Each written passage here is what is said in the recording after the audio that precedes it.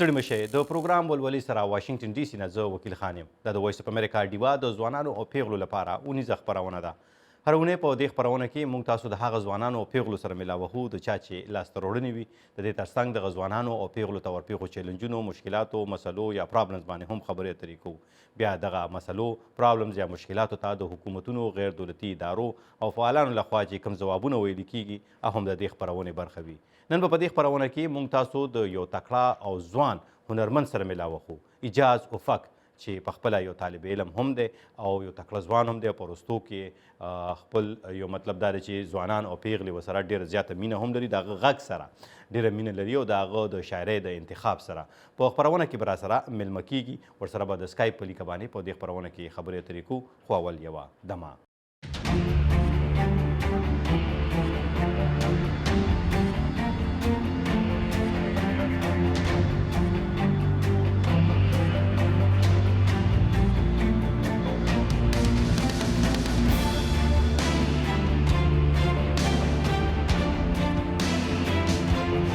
د ډیوه سره اوسئ.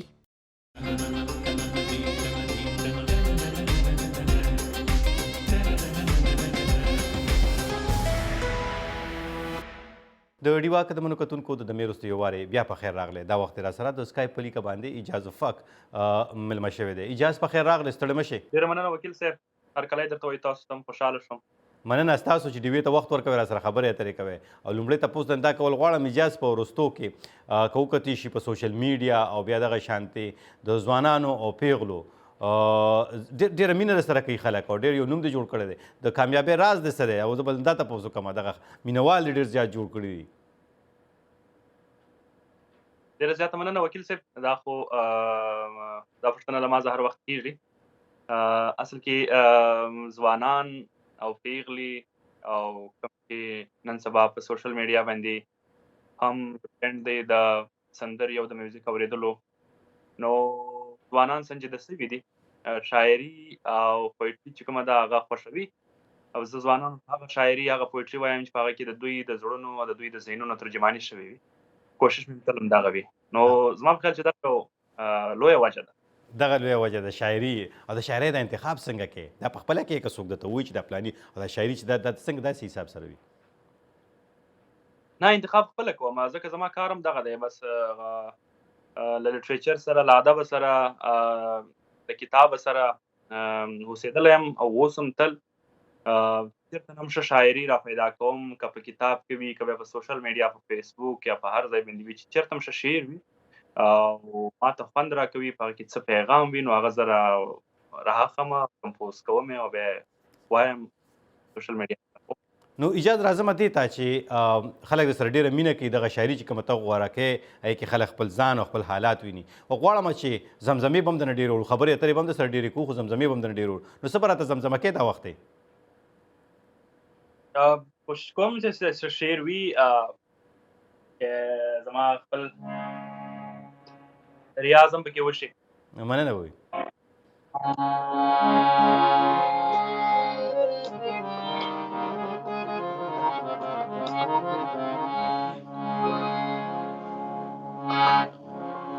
چې پر ما باندې څومره ګران هغه نه دی خبر، چې پر ما باندې څومره ګران هغه نه دی خبر. هغه یو ښکلی چې روان دی هغه نه دی خبر. هغه یو ښکلی چې روان دی هغه نه دی خبر، چې پر ما باندې څومره ګران هغه نه دی خبر. په حال د وږې دی یوازې دلته وږی خبر، په حال د وږې دی یوازې دلته وږی خبر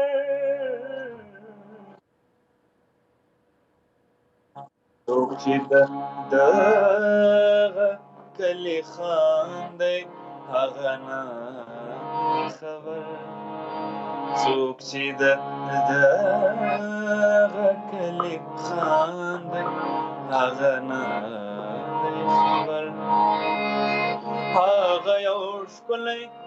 چې روان هغه نه خبر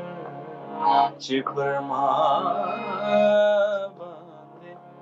څومره ګران هغه نه خبر. واه واه ډېر ښکلی چې په ما باندې ګران دی هغه نه دی خبر او دا خبره او اجاز راځمه دې ته ډېر خلک خو ستا نه خبر دي ستا د ژوند نه خبر دي او ستا مطلب ځکه چې ته ډېر پروګرامونو ته هم زه ګورم په دغه پروګرامونو هم درسره خبرې اترې کول غواړم خو دا راته ووایه تعلیم دې چېرته ورسوه سبق دې چېرته ورسوه؟ بالکل وکیل صاحب ما ډیګري وه هانرز په میوزیک کې میوزیکالوجي کې میوزیکالوجي ما سبجیکټ زما ایریا وه په هغه کې ما هانرز کړی دی لاهور نیشنل کالج اف آرټس څخه NCA ورته ویل کېږي ډېر مشهور کالج دی د آرټس او د دې ډسپلینز دپاره په پاکستان کې صحیح نو له هغه ما هانرز کړی دی په میوزیکالوجي کې نو ښه په هغې کې تاسو آنر کړی دی میوزیکالوجي کې او ستاسو اواز کټه کېږي نو اجاز تاسو خبره کوله وبخئ زه به خپلو کتونکو اورېدونکو نه هم بخښنه غواړم چې انټرنیټ مسله او بیا په هغې کې چې کله ټیکنیکل مسلې راشي بیا به موږ پکې څه نشو کولی دا وخت را سره اجاز د ټلیفون په لیکه باندې په دې خپرونه کې ملمه شوی دی اجاز یو ځل بیا ته په خیر راغلی وایم او هغه خبره د خپل ایجوکیشن یا تعلیم په اړه چې تاسو کوله نو هغه وړاندې بوتللی شي. ما همدا خبره وکړه چې له NCA نیشنل کالج اف آرټس څخه ما هانرز کړی دی په میوزیکالوجي کې یعنی پرفارمینګ آرټس زموږ د ډپارټمنټ نوم و چې په هغه کې پرفارمینګ آرټس ورته ویل کېږي او سټوډنټس ته ښوول کېږي نو په هغه کې سپیسیفیکلي ما میوزیکالوجي میوزیک زما د برخه وه چې په هغه کې ما زده کړې کولې نو په 13 جنوري کې زما ډیګري او زما تیسیس وشول نو زه یعنی فارغ شوی یم له پوهنتون نه دا ځل ښه فارغ شوی او څومره مرسته سره کوي دغه ډیګري په پښتو موسیقۍ په وړاندې بوتلو کې ډېره زیاته ځکه چې دا زموږ د ډیګري نوم چې کوم و دا دغه و لکه په دې کې چې موږ سپیسیفیکلي څه ویل هغه ساوث ایشین کلاسیکل میوزیک و که نه نو ساوث ایشین میوزیک او بیا کلاسیکل میوزیک تر ټولو غټه خبره دا ده چې ډېر ښه ایکسپوژر پکې کېږي په دې چې کوم د موسیقۍ زده کوونکی په هره د موسیقۍ په هره برخه کې چې کار کوي خو نیشنل کالج اف آرټس چې کوم دی دا لکه دته هغه ایکسپوژر ورکوي چې هغه ډېر ډایورس او ورسټایل یعنی په ده باندې د موسیقۍ هغه ژانر هغه ژانرات زده کوي یا ودته ورپېژني چې هغه په ټوله دنیا کې نن سبا خلک چې کوم دی پرفارم کوي پلی کوي یا بیا له هغه سره د موسیقي تیوري د تیوري چې کومه برخه ده نور هغه تخلیقي صلاحیتونه په تا کې پیدا کوي یا ستا هغه تخلیقي صلاحیتونه خالش کوي چې ستا دپاره ستا د پرمختګ او ستا په کیریر کې ډېر څه ورته وایي وایټل رول پلی کوي که نه ها صحیح او خپل راتلونکي څومره روښانه وي ګوره ته اوس ځوانه لکې او اوس چې کوم دی نو دغه خبره او خپله ونډه خپله برخه خو لوبی لګیا دی او ځان له دې په سوشل میډیا او په پښتنو کې یو ځای هم جوړ کړی دی په هغه هنرمندانو کې کوم چې نومونه لري ستا نوم هم پکې راځي او ځینې پوهان دا هم وایي چې اجاز وفاق د پښتو موسیقۍ کې یو نوی ایډیشن دی او دا خبره چې کوم دی یو نوې اضافه ده او بله کیسه داره چې په مثبته توګه خپل رول لوبی ته د خپل راتلونکي نه څومره خوشحاله راتلونکي ته څومره روښانه ښکاري د خپلې دغه ډیګرۍ سره او د پښتو موسیقۍ سره بالکل دغه ډیګري په ټوله کې چې ما کله د میوزیک سټارټ اخیستی دی موسیقي چې ما چې کله زده کوله ظاهره خبره ده زما یو شوق و چې ما غوښتو چې زه یو سندرغاړی او یو میوزیشن جوړ شم ظاهره خبره ده له ډېرو سندرغاړو زه انسپایر وم او چې کوم متاثره وم هغه کې ډېر لوړ نومونه چې کوم هغه کې فوک سندرغاړي هم زموږ لوکل چې په سیمه کې محلي چې کوم سندرغاړي وو بیا په تېره چې کوم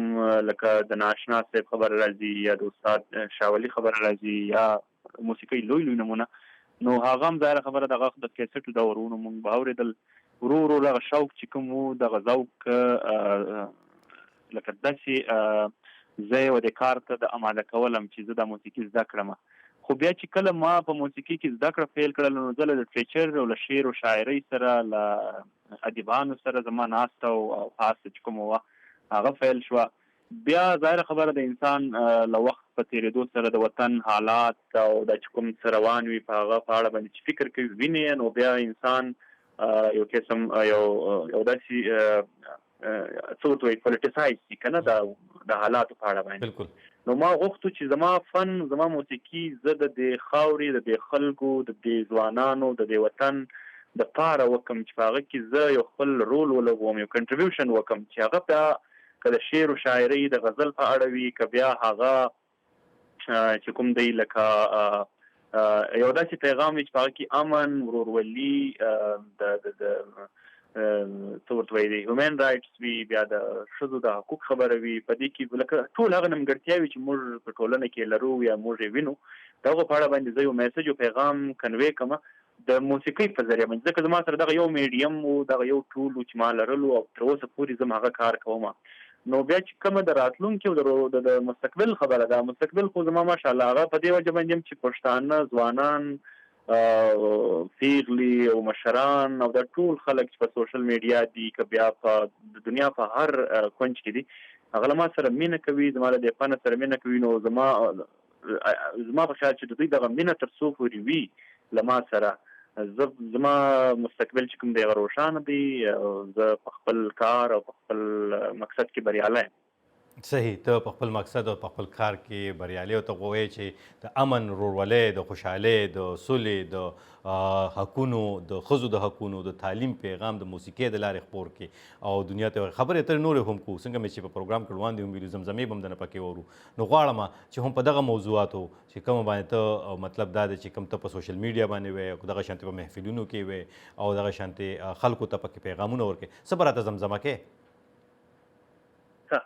زمزمې به هم درته کوم وکیل صاحب نو زه به زمزمې داسې رینډملي کوم چې ما سره څه موجود وي که نه. بالکل بالکل نه بالکل بالکل.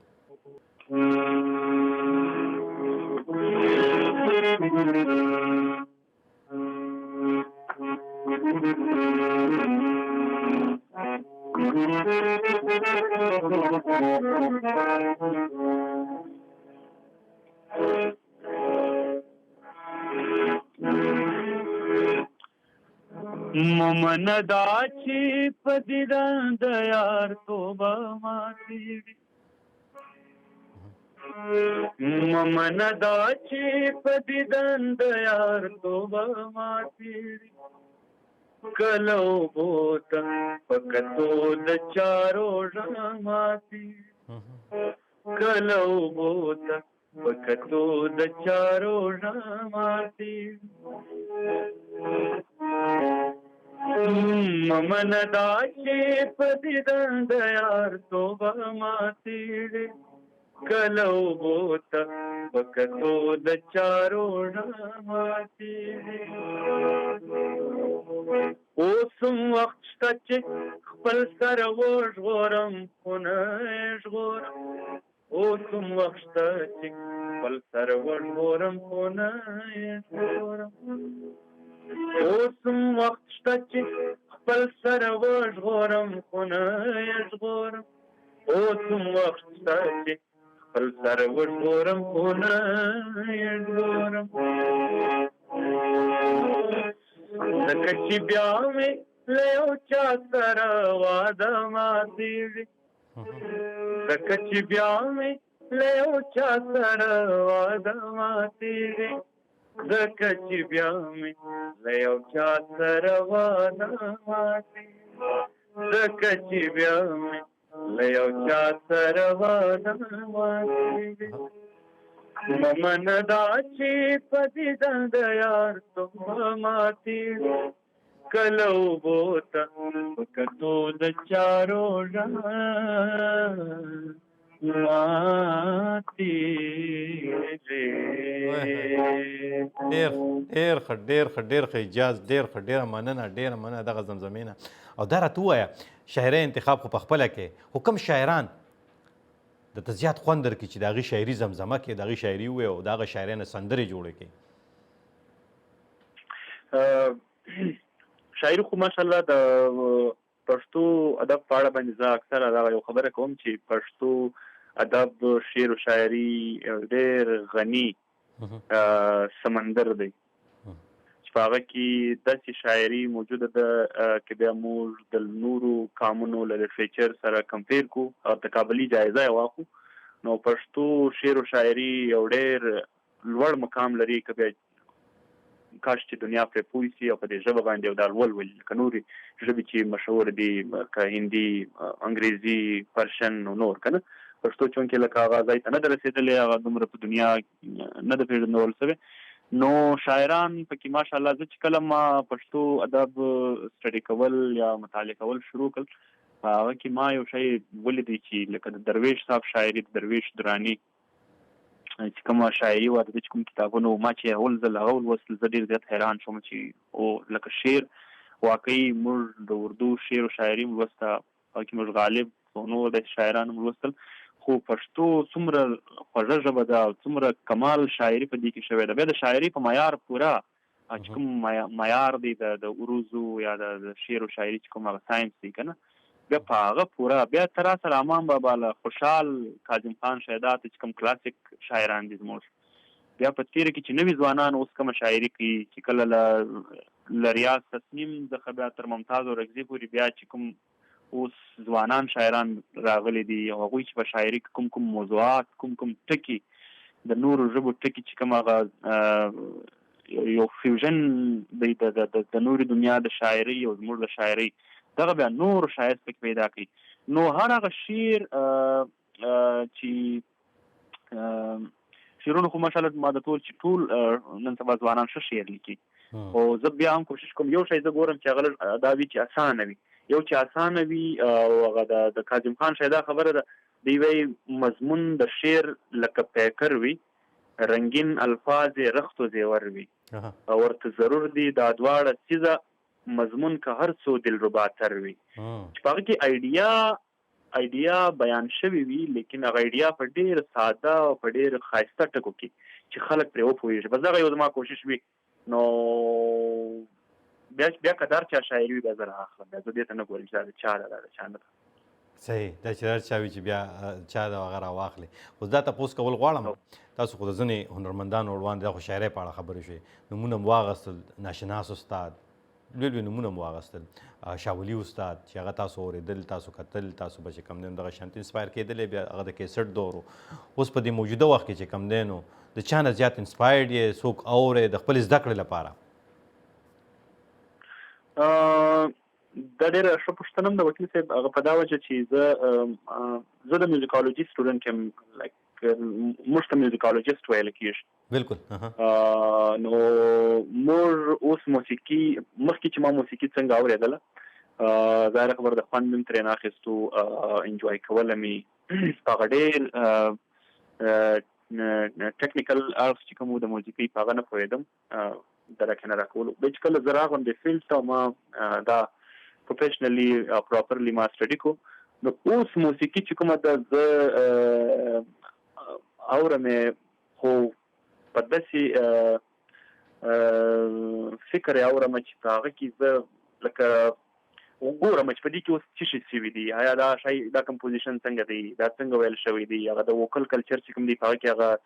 چې کوم ټیټوالی دی پورتوالی دی هغه ټول هغه څیزونه ګورم که نه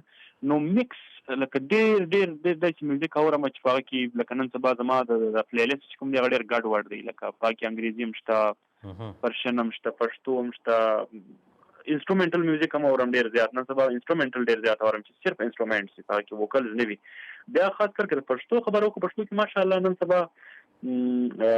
لکه ډېر ښه خلک شته لکه ډېر ښه ځوانان شته زموږ همزولي یا زموږ مشران چې کوم دي په هغه کې ډېر لکه دا ټول چې کوم دي په سوشل میډیا باندې لکه بیا شمالي افغان دی ډېر ښه ماشاءالله کلاسیکلی ټرینډ دی ښه زده کړی کړی د استاد شاه ولي زوی دی نن سبا چې کوم دی لکه زه چې دی اورم لکه ما ته داسې پرېښي چې دغه سړی چې کوم دی لکه دا د موسیقۍ په هغه ډېر دغه باندې پوهېږي که نه چې کوم کلاسیکل ارټس دی نو دا زما خپل یو ټیسټ دی که نه نور ماشاءالله ټول ښه دي ټول په خپل ځای باندې کار کوي او په خپل ژانرا کې کار کوي، په خپل سټایل کې کار کوي کنه. څوک فوک وایي، څوک کلاسیک وایي، څوک غزل وایي. صحیح، سمه ده. تاسو وړاندې په خپلو خبرو کې وویل چې پښتانه ځوانان پیغلې او پښتانه سره مینه کوي او نازی دي او دغه خبره چې او دغه چې کوم دغه سره تا خپل راتلونکي روښانه ښکاري. خو دې سره ما ته خبر را یاد شي، یو شاعر وي کور ته لړ نو ښځې ورته وی کور کې چې یې سړیه تا خو ما تا ته وی چې ځان سره به پلانې سودا راوړی تا رانړه. نو هغه ورته ما سره پیسې نشته، نه وي ځان سره دې څه راوړي دي ښځې ورته وي. هغه ورته وي جیب ګوډي ورته راښکاره کړو، زه خو خلکو ته شعر ویم او هغوی راته واه وکړي، دغه واه مې راوړي نور به زه څه راوړم. نو زه تا نه دا تپوس کول غواړم، سندرې خو وایې هر څه وایې او دا خبره چې ډز اټ پیز بیک، مطلب دا دی په نوره نړۍ کې که موږ وکتي شو موسیقي یا موسیقاران یا هنرمندان هغوی یو ډېر مطلب دا د سهولتونو ډک ژوند تېروي، په هغې دستاویزاتي فلمونه جوړیږي چې د هغوی په مال د هغوی په حال او د دغه موسیقۍ نه یې پیسې ګټلې وي. اجاز وفق په دغه ډګر کې په دغه میدان کې څنګه دی؟ مطلب دا دی ډز اټ پیز بیک، دغه موسیقي تا ته چې کوم دی د کور نغرې دې هم پیل ساتي، د جیب خرڅ دې هم پوره کوي که نه؟ فی الحال خو ما درته وویل چې لکه زما کوشش دا وي چې زه ځکه کار روان دي دلته یو ډېر سیاسي هلې ځلې روانې دي، نو په هغه وجه باندې موږ دا کوشش کوو چې ډېر زیات کمپرومایز وکړو له ځانه سره له خلکو سره، چې کار که بیا په هر حواله وي که بیا چېرته مفت وي هم زه کوشش کوم چې لاړ شم. خو دا ستا خبره ده چې یو شی زما هم په سوچ کې دی چې زه اکثره کوشش کوم هغه دا چې دا فن په ټوله دنیا کې کمرشلایز شوی دی او ټول خلک چې کوم دي دا که پښتانه دي که بیا د دنیا ټول قومونه دي یو داسې شی نشته چې هغه دې مفت وي په دنیا کې که نه. که ته چېرته بازار ته ځې سبزي اخلم په پیسو ده، که غوښه اخلم په پیسو ده، که بیا ګاډی اخلم په پیسو ده، ایون اوبه په پیسو دي که نه، د پښو سپلۍ چې مونږ یې په پښو کوو هغه هم په پیسو دي. نو په پښتنو کې تر اوسه پورې موسیقي چې کومه ده هغه لږ دغه سوچ اوس هم موجوده دی، خو په بدلېدو باندې روان دي. موږ ډېر شي ته خوشبینه یو، خوشحاله یو که نه چې دا سوچ بدلېږي. خو ځینې خلک اوس هم دا فکر کوي چې دا موسیقي چې کومه ده لکه دا په دنیا کې واید شی دی چې دا پکار دی چې دا مفت وي او عام وي که نه. موږ وایو نه عام دي وي خو مفت دې نه وي، لکه عام دي بېشکه وي، ځکه موسیقي پکار دی چې عام شي، لکه ټوله دنیا او هر سړی اکسس وي ورته، خو مفت دې نه وي. لکه کم از کم د دې خپل د یو سندرغاړي چې کوم ډیو رایټس دي هغه دې ده ته ورکول شي، هغه چې کوم د دې موسیقۍ له لارې چې د ده ستا خبره د ژوند کوم سرکل دی هغه باید روان وي که نه. نو ماشاءالله په خلکو کې دغه فکر څوکه څوکه پیدا کېږي ورو ورو، په دې باندې موږ هم کار کوو. په دې باندې تاسو هم کار کوئ. خبرې ډېرې کول غواړم، وخت هم را سره کمیږي، خو غواړم یو زمزمه ده نه بله واورم، بیا د یو دوه تپوسونه کوم، بیا ته اجازه در کوم. لنډه زمزمه راته وکړئ، څه به راته زمزمه کوئ؟ اجاز کوشش به وکړم چې زه وګورم څه راسره شي.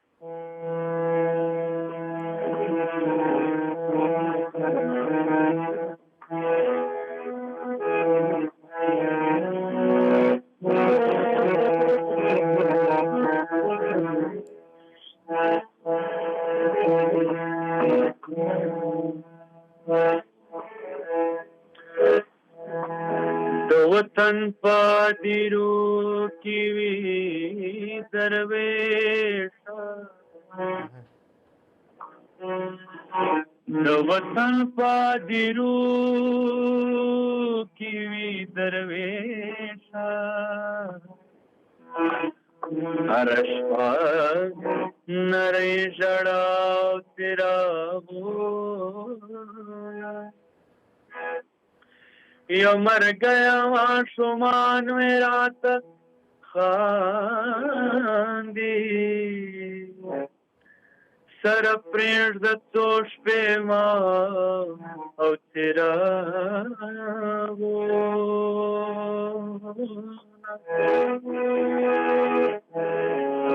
بیا په جنگ شکاری ہوا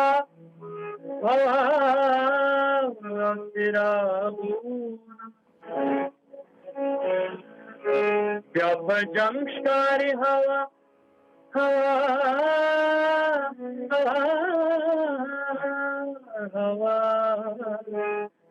بیا په جنگ شکاری ہوا تیرا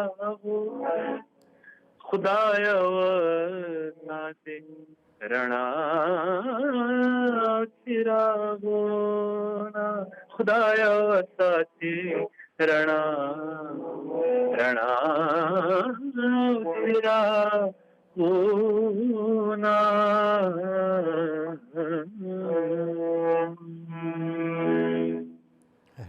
ډیره مننه د دغه زمزمې نه اجازه فق او دا تپوس کول غواړم زیاتره هنرمندان چې کوم وینو هغه د مطلب دا دی چې سندرې ریکارډ کوي بیا سوشل میډیا ته ورکوي یا دغه شانتې په مختلفو چینلونو باندې چلوي خو زیاتره ستا چې کومې سندرې راځي نو هغه مطلب دا دی یا خو محفلونو کې وي یا دغه شانتې نو په مطلب دا دې ته سوچ نه دی کړی چې دغه شانتې ریکارډ کول هم پکار دي ځان له چې کوم څنګه ویډیوز ورته ریکارډ شي سټوډیو کې ریکارډ شي بالکل فکر زما په البم باندې اوس یو کارم روان کړی دی ان شاء الله د سټوډیو ورژن چې کوم دی زما د سندرو هغه خپروم زما ستا خبره صحیح ده زما ټولې سندرې د لایو محفلونو او د کنسرټس دي نو هغه کې ظاهره خبره ده د موبایل د هر چا جیب کې شته که نه په یو محفل کې که 1500 انسانان ناست وي نو الموسټ ټول دا کوشش کوي چې دا سندره چې کومه په سټیج باندې زه لایو پرفارم کوم هغه دوی ځان سره وساتي او ریکارډ یې کړي که نه بیا د چا د موبایل ښه کوالټي د ټیکنالوژي د نو دا خو دې کې خو دا شته که نه چې ښه کوالټي سندرې ریکارډ شوي هغه یې خپره کړي هغې اواز سم وي چې ښه نه وي ریکارډ شوی هغه اواز خراب وي د محفلونو د سندرو دپاره ما اکثره وخت دا فکر هم نه وي کړی چې زه دې پراپر ریکارډ کړم او خپرې دې کړم ځکه زه چینل او تر اوسه پورې له دغه کوم چینلونه دي د سوشل میډیا که یوټیوب دی که بیا ټیک ټاک دی فیسبوک دی په دې باندې داسې افیشیلي موجود نه یم چې خاص چې په هغه باندې بیا زه خپل کار وکړم یا هغه دی زه مونیټایز کړم یا د خلکو ته داسې مسیجونه چې کوم دي پراپرلی ورسوم نو اوس کوشش کوم اوس لګیا یم دغه البم سره زه کوشش کوم دا زما البم چې را روان دی په دې کې تقریبا 12 سندرې دي بیا مکس دی په دې کې د اردو پښتو دا ټول چې کوم دي که نه مختلف سټایل دي مختلف ژانراز دي نو دغه البم دپاره ما اوس کوشش وکړی دی چې دا زما کوم چینلز دي په هغه باندې چې کار نه دي شوي هغه زه یو ځل بیا چې کوم دی کار پرې وکړم او جوړ یې کړم لکه د یوټیوب شو ټیک ټاک شو دا فیسبوک شو بیا نور اډیو چې کوم هغه دغه دي پلیټ فارمز دي د اډیو ډسټریبیوشن دپاره په هغه باندې ټولو باندې ما کار روان کړی په هغې کار روان دی اجاز بالکل د پروګرام وخت سر ته رسېدلی زه ستاسو ډېره مننه کوم چې ډیوې ته م وخت ورکړو خو دا راته وایي دغه البم به په لنډه کې راته وایي د البم به کله پورې راشي نو انشاءالله که زیاتې پکې ولګي 3 میاشتې پکې لګېږي چې دغه ویډیو د اډیو ټول کارونه سرته ورسوم موږ به ته سترګې په لار اجاز فق ډېره مننه دې کوم چې ډیوې ته دې وخت ورکړو را سره دې خبرې اترې وکړو یو جهان مننه ډېره زیاته مننه ستاسو خوشحاله اوسئ ډېره مننه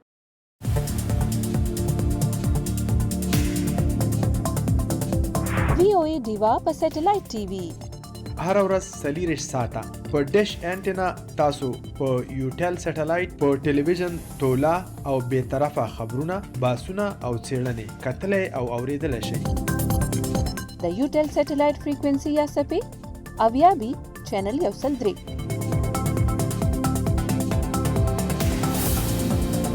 هر ورځ 24 ساعته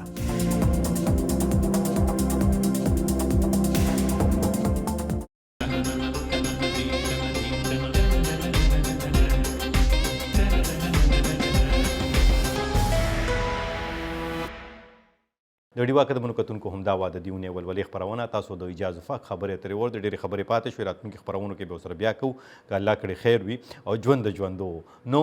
سره به په نورو پروګرامونو کې او دغه خبرې اترې کوو او تر دې دمه د دې پروګرام وخت د دیونې د ولولې خپرونې وخت پای ته رسي راتلونکي اونۍ به د نورو مېلمنو تر څنګ ستاسو وړاندې راځو تر هغې زه وکیل خان تاسو نه اخلم اجازه ته چې چېرته هم یې بریالي اوسئ خوشحاله اوسئ د لوی الله په امان